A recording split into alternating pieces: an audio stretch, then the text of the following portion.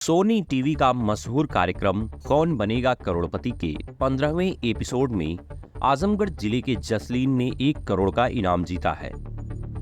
जसलीन की सफलता पर परिजनों व ग्रामीणों में खुशी व्याप्त हो गई। इनाम जीतने के बाद घर लौटने पर उनका जोरदार स्वागत किया गया।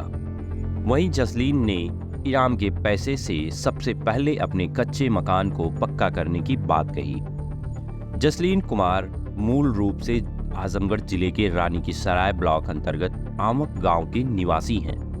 आमक गांव निवासी जसलीन साधारण परिवार से हैं। उनके पिता राम सूरत मोटर मैकेनिक हैं। जसलीन के परिवार की आर्थिक स्थिति ठीक न होने के चलते उन्हें स्नातक की पढ़ाई छोड़नी पड़ी और शहर के एक कपड़ा शोरूम में बतौर सेल्समैन काम करना था। केबीसी में उनका नाम आया तो वह प्रतिभाग करने चले गए और 15वें एपिसोड में उन्होंने 1 करोड़ का इनाम जीता है। केबीसी जीतकर घर लौटने पर जसलीन का परिजनों व ग्रामीणों ने जोरदार स्वागत किया। प्रधान जाहिद खान ने कहा कि यह गांव की ही नहीं पूरे जिले के लिए गौरव की बात है। जसलीन ने बताया कि उनकी प्राथमिक शिक्षा शहर के नवीन सरस्वती शिशु मंदिर में हुई है।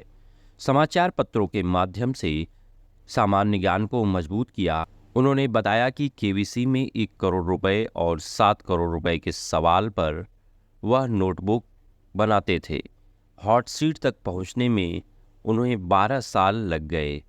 उन्होंने कहा कि वह जानते थे कि केबीसी हॉट सीट पर पहुंचकर ही वह अपने परिवार की आर्थिक स्थिति सुधार सकते हैं। जसलीन ने बताया कि जब वह मुंबई केबीसी प्रोग्राम में पहुंचे तो सेट पर तापमान काफ़ी कम था, जिसमें उन्हें ठंड लग रही थी। उन्होंने यह बात अमिताभ बच्चन को बताया तो उन्होंने अपनी जैकेट उतारकर उन्हें दे दी। उन्होंने कहा कि अमिताभ बच्चन से जैकेट मिलना व उनके द्वारा गले लगाए जाने का पल उनके जिंदगी का सबसे अनमोल पल है।